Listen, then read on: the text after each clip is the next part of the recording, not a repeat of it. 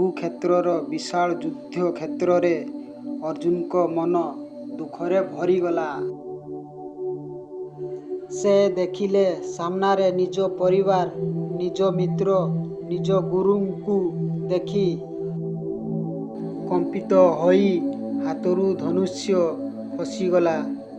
ସେ କହିଲେ, ମୁଁ ଏହି ଯୁଦ୍ଧ କରିବିନି।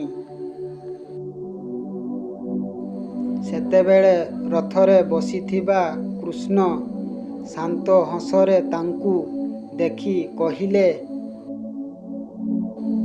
ଅର୍ଜୁନ, ଏମିତି ଦୁର୍ବଳତା କାହିଁକି? ଏହା ତମର ସ୍ୱଭାବ ନୁହେଁ। ମନେରଖ, ଆତ୍ମା କେବଳ ମନରେ ନାହିଁ, କେବଳ ଶରୀରର ପରିବର୍ତ୍ତନ ହୁଏ। ତୁମ କର୍ତ୍ତବ୍ୟକୁ କର, ଫଳର ଚିନ୍ତା କରିବ ନାହିଁ। ଯୋଗୀ ସେହି ଯିଏ କାମ କରେ କିନ୍ତୁ ଲାଭ ଲୋଭରେ ବାନ୍ଧି ନଥାଏ।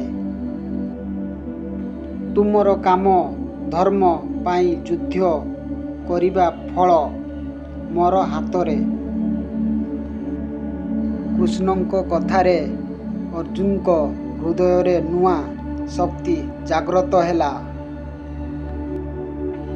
ସେ ପୁଣି ଥରେ ଧନୁଷ୍ୟକୁ ହାତରେ ଧରି ଦୃଢ଼ ସଂକଳ୍ପରେ କହିଲେ,